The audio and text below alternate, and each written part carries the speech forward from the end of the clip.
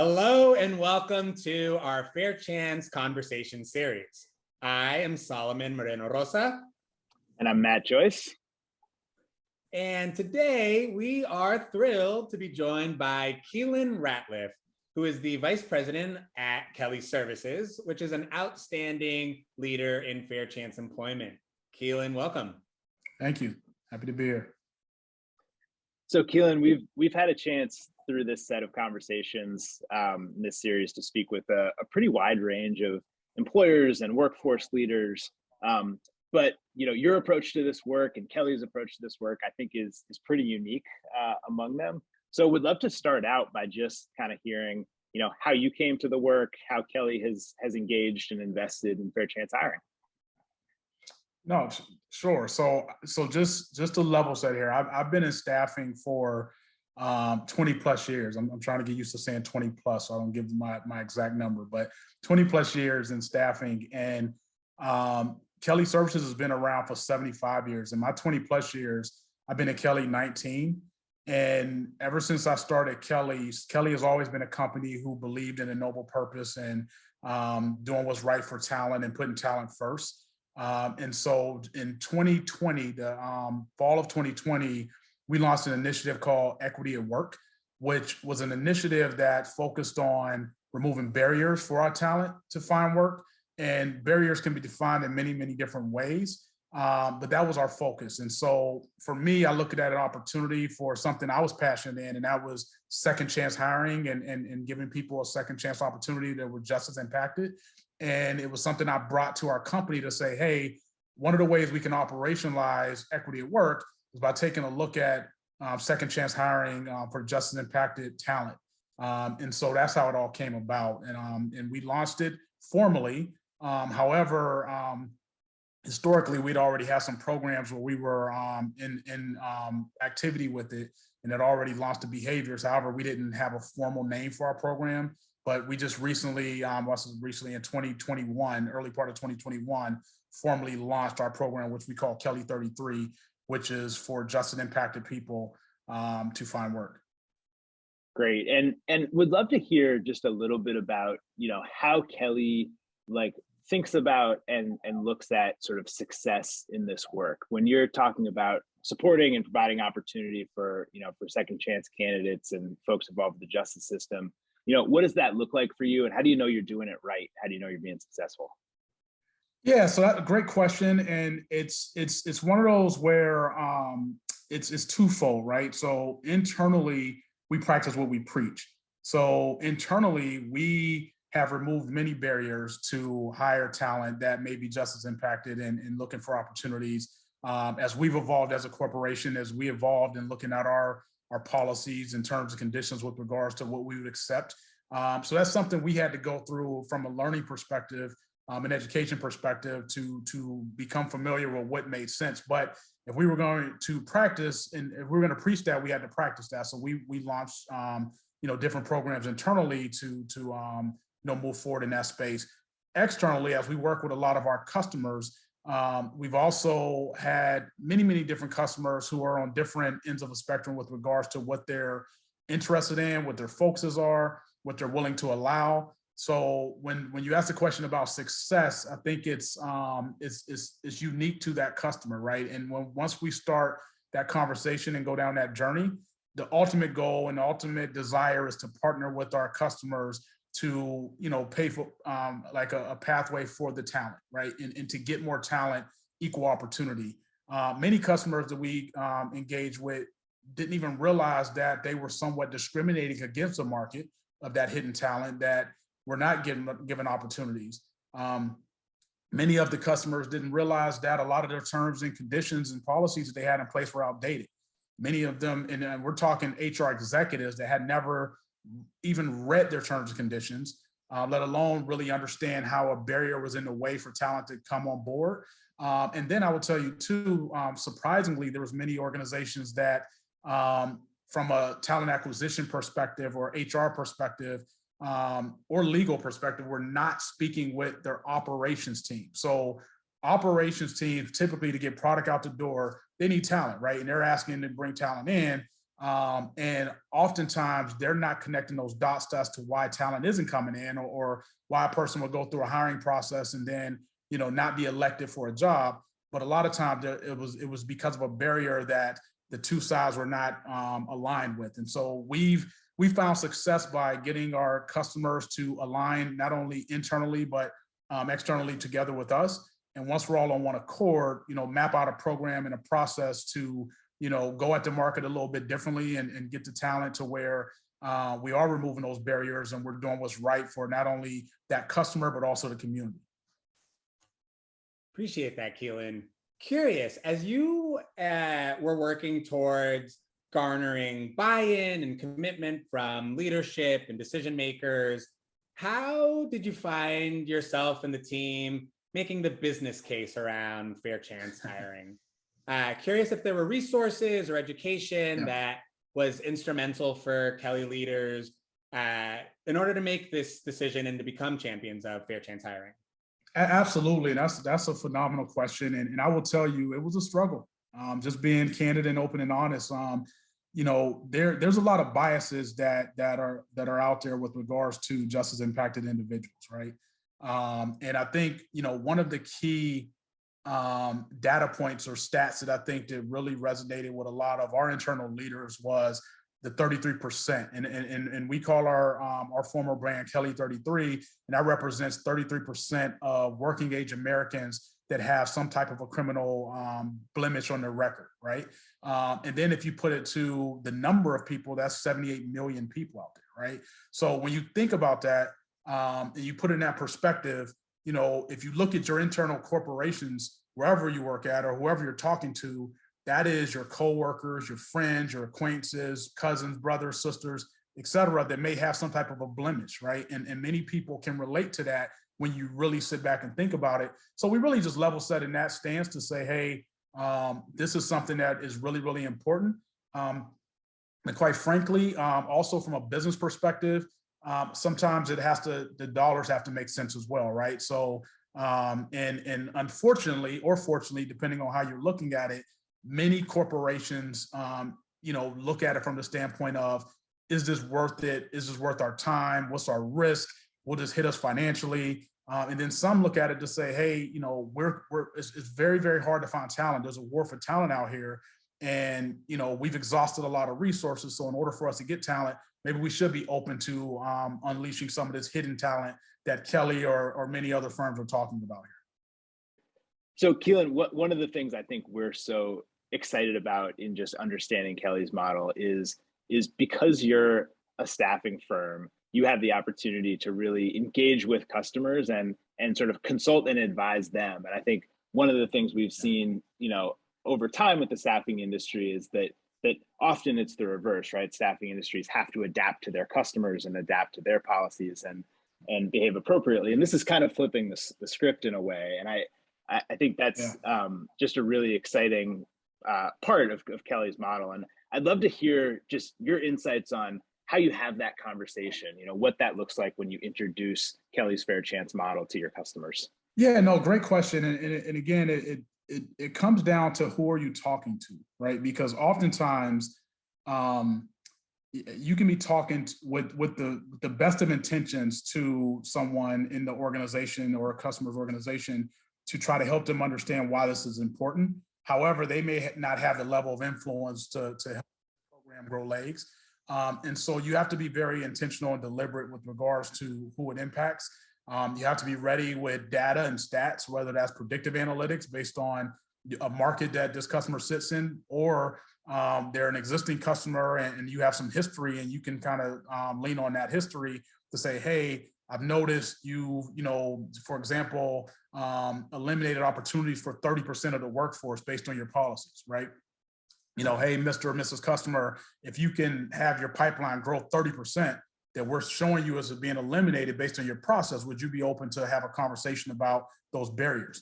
Most in this market, in this day and age, are willing to say, yes, we're willing to talk about that. We want to better understand how we're in our own way, so to speak. So that's traditionally how the conversations start.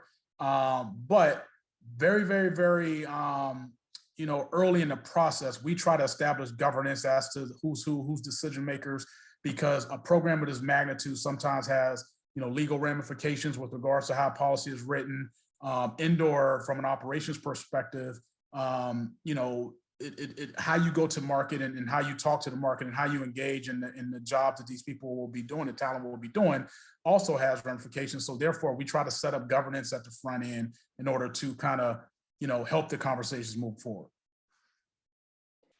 And do you find in those conversations that companies are in some ways more confident or willing to do this in partnering with a staffing agency? In other words, if we think about how to maximize, fair chance opportunities across industries, across the country, how much is, sort of being the employer of record as a staffing firm for folks with past justice involvement important to getting companies comfortable and kind of in the door with these initiatives? Yeah, there's often situations to where we get into that discussion, right, as to how does this work, how does it look, right? If something does happen, because there may be still biases that exist, what are the limits of liability per corporation, right? So from Kelly Service being an employer of record, what is your liability versus the company where the work is actually being done, right? So we do get into conversations like that. You sometimes have employers that look at it to say, hey, maybe we can pass risk by going with a staffing agency, and we'll eliminate every policy and just let the staffing agency bring in the talent.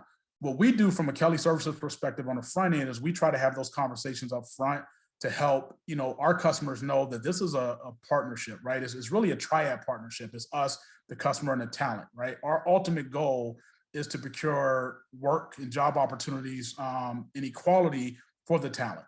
So if you're going to procure job opportunities and equality, that means that the talent should be open and willing and available to work any job that comes about and is available from the corporation, right? And so we don't really subscribe to companies saying, hey, let's just throw the heavy industrial jobs to the talent, right? Let's just throw the low end jobs. Let's get people in here, for a couple of days or a week or so, and they can't cause that much harm in that short period of time. So let's get them in and then get them out. We don't really subscribe to that. So what we try to consult and talk about is a formalized program and process to say our ultimate goal is to change lives and to change the communities in which people represent and they serve. So therefore, this is the way we recommend going about it. So we really set ourselves up as more of that consultant and try to educate. I can tell you, there's been circumstances where it hasn't worked. Customers come to us and said, this is what we want to do. We want to do it like this. And we've said, okay, that's not what we're about. We're not going to do that. So we don't elect to join because we don't feel like it's in the best interest of the talent. Great segue. I thought I was going to pivot us a little bit, but I think you're already taking us in this direction, Keilon. But want to talk a little bit about the justice impacted employees and their process to connecting and staying connected to the workforce. So I'd love to just hear from you. What, if any, challenges do you experience when employees are making that transition into full-time roles at some of these client companies? Yeah, so it depends, right? Because we have programs in place to where it's more volume-based. And when it's more volume-based, and depending on our strategy and partnership and alignment with the client, we decide that it's not going to be like a wraparound program for any individual. We're going to have it to where it's very open and transparent. You don't know who's coming in or where they're coming from. We found in our experience when you're working with some justice impacted individuals, there's different ends of the spectrum with regards to who's willing to do what. So we've come across justice impacted individuals who say, I don't want anybody to know I was justice impacted. I've not been in the system since for the say 15 years, for example. Yeah, this is a blemish on my record, but I paid my dues. I want to be a citizen. I want to go to work just like everybody else. In those scenarios and situations, we design it to where the customer has no clue who's coming in or what, right? And we measure it by just ultimately numbers in general, right? But then you have organizations that we work with that, for example, we work with some organizations who have people who are actually still incarcerated, who then we're bringing to a customer. In those circumstances, we do sometimes have wraparound services where we say, okay, we want to follow the journey of these individuals. And what comes along with that is oftentimes with some customers, there's sensitivity training, there's some HR related things that we have to align on, some legalese and management training on helping people understand how they have to work with individuals.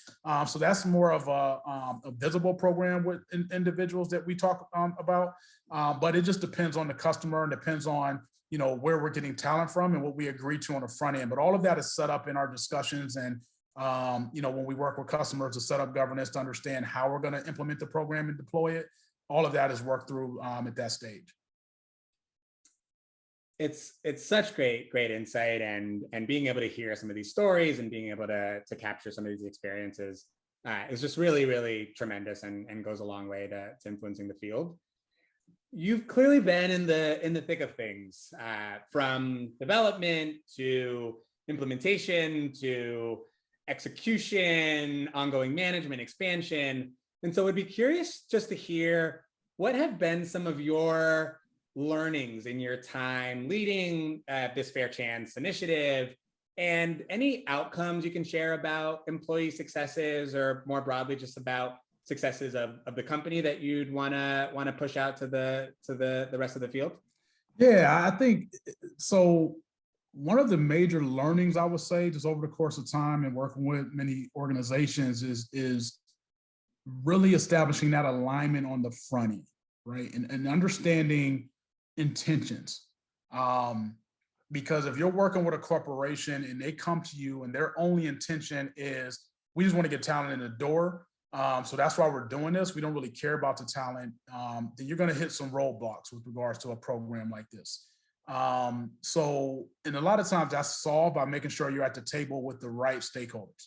If you set up that governance on the front end to make sure the right players, the decision makers are at the table to help move things forward and to make sure that everybody is aligned and the mission is carried out and is measured, and there's consistent checkpoints throughout a process, right? If you're able to do those things, that's where I see the programs be most successful. And so that's just my advice, is on the front end, just make sure you're at the table with the right individuals. And I apologize, the second part of that question, I think it was two-part. The second part was just around any outcomes, either from the perspective of employees or even employers, that you've seen in this time leading the initiative. Yeah, so I will tell you. So our biggest proof of concept is the work we did with Toyota, and this was a program that we implemented about 5 years ago. And when we implemented the program, we didn't really know what we sought out to do, right, with regards to numbers or stats, right? So we didn't really have a benchmark to say, hey, we want to be at X% pipeline growth or anything like that. However, Toyota was in a situation to where they were launching a new vehicle. In their estimation and ours, we had exhausted a lot of our population with regards to going out and trying to procure talent from a recruiting perspective. So we brought it to their attention that, hey, we're eliminating a lot of people on the front end of this process because of these barriers, right? So, why do we actually have these barriers in place? One of the things that, one of the common denominators we all agreed and aligned on was that a lot of the barriers that is eliminating talent from contention was not related to the actual job they were going to be doing. So we partnered together, locked arms, and said, okay, let's really, adjudicate to, the work relatedness of the job. So if somebody has a certain background, if we're coming in and asking them to do a job that's not related to that, we're willing to accept that. So we put together a governance team and strategized and said, okay, we're going to look at this, over the course of a quarter, right? So 3 months, we're going to say, hey, come back to the drawing board and let's figure out what we did by eliminating some of this. After that first quarter, that first 90 days, we saw the pipeline increase tremendously. And that was the first data point that made us say, okay, we have a lot more applicants, right? So that's what we needed, right? We needed more applicants. However, there still existed some of that bias in the room where people were, still a little apprehensive to say, okay, hey, yeah, we got more applicants, but do we really want these applicants? What can really happen if we hire these applicants, right? So we decided, okay, let's look at this for another quarter. After another quarter, the applicant flow did not fall off. The word of mouth, got around the community and people were applying, et cetera. But one other tremendous thing that we noticed is we said, wait a minute, people are staying. Prior to this, we had a lot of turnover. We were turnover. It's a manufacturing production environment in the automotive space. So yeah, we have people who are turning over. That was just common practice in the industry.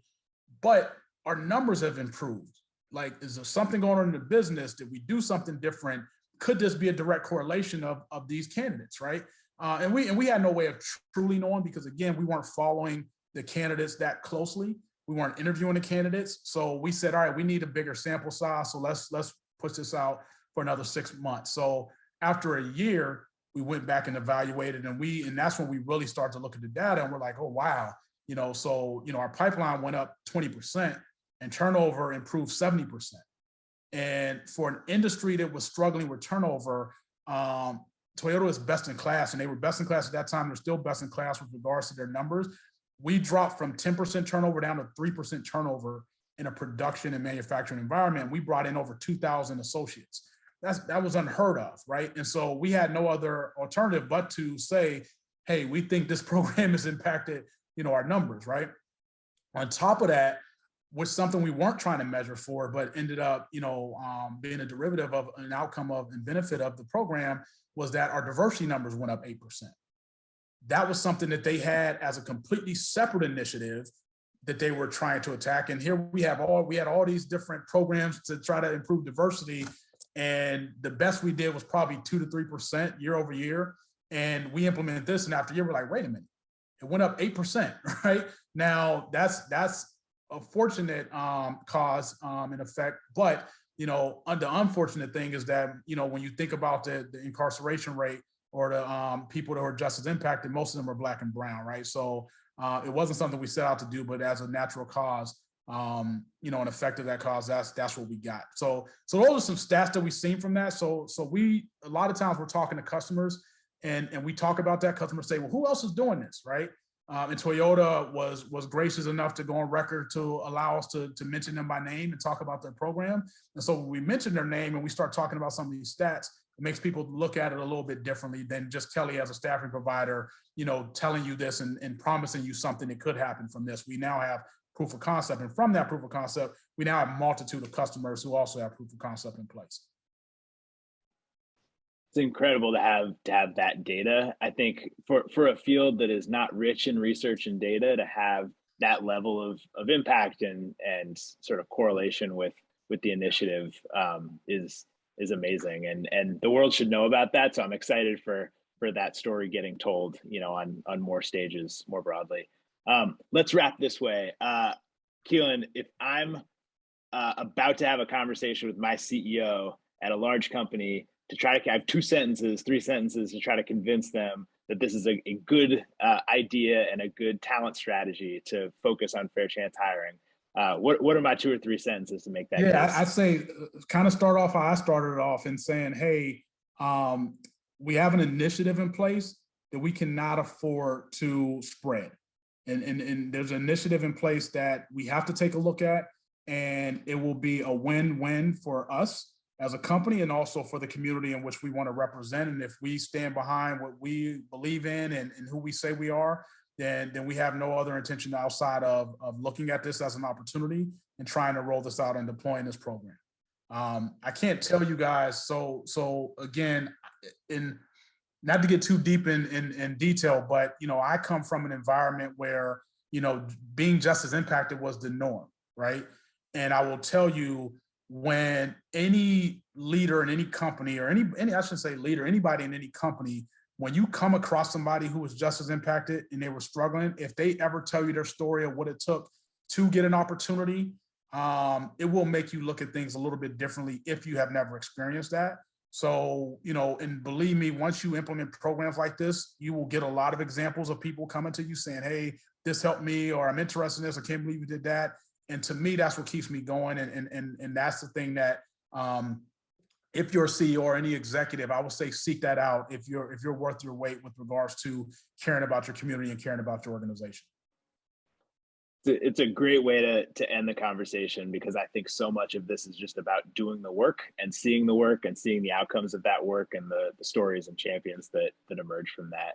So Keilon, just appreciate your leadership in this work, the great initiative that Kelly has led, and thank you for taking the time with us today. Thank you. Thank you for listening and asking those great questions. I appreciate it.